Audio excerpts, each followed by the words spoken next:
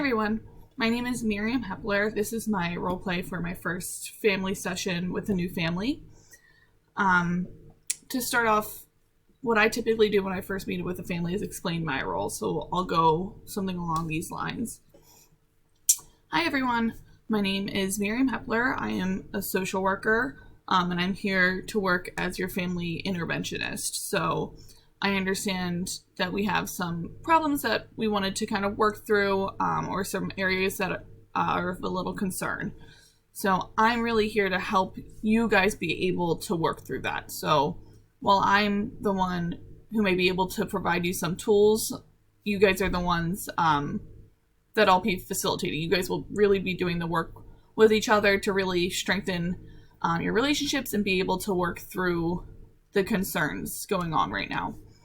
So if anyone at any point needs to use the bathroom during the session or needs a break, the bathrooms are down the hall.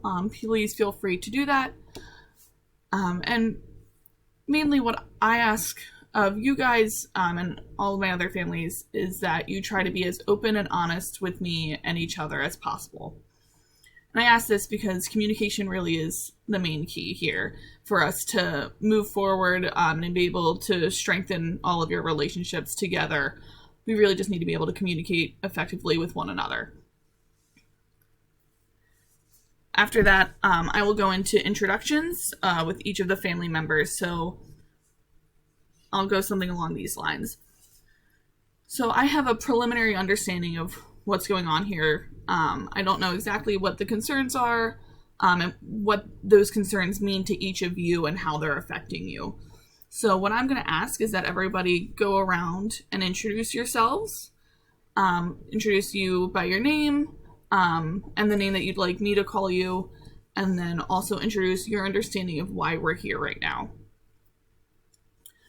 I would give each person a little bit of time just to explain that. And then typically I'll follow up with asking, now, what specifically are you individually hoping to get out of this for yourselves and also for the family as a whole? And I think that can be really important, especially for the kids, because I don't think, as much as people think that we ask kids a lot of times, we don't in depth, or they're nervous to articulate that. So that way everything's out in the open. And then I would move on to the second segment. So if the parents began bickering, specifically mom in the case study mentions that she feels overwhelmed and that the father is not appreciative of her or helping with the household chores and things of that nature. So if they were to go into this argument, I would interject saying something along the lines of, okay, I can see that this specific area is causing some concern and some tension with both of you, and I appreciate the way that each of you are feeling. You know, Mom, I appreciate the way that you are reacting right now and that you're feeling underappreciated, and Dad, I can appreciate where your concerns and frustrations are lying at the moment as well. What I'm going to ask each of you is to use some nonviolent communication methods. So I know that might sound a little strange. What that is considered is communication methods where you see, feel, need, and request. Those are going to be your 4 steps. So that is where you say what you see, you say what you feel, you say what you need, and you say what you request. So looking at the two of you, what I'm going to say is, I see that the concerns of household chores are an area of tension for the two of you. What I feel about that is that we need to communicate through that and understand what each other are feeling and how that is affecting each of you right now and in your typical day. What I need from you two is to be open and try to communicate with each other this way. So what I request is that you two try and use these steps with each other when it comes to this. So I'm going to ask each of you to take a breath, let it out, center yourself, And I'm going to ask you to think of what you need. What need of yours isn't being met that is causing the tension that you're having right now? I would give them a moment to think about that. And then I would ask, Dad, would you be able to go through your see, feel, need, and request communication right now? And if he did that, I would coach him a little bit if there were any concerns. If sometimes we mix up our needs and our requests, or our feelings and our needs. So I would coach him a little bit through that. Then I would go and ask Mom, so what did you understand as the need of your husband's that's not being met right now?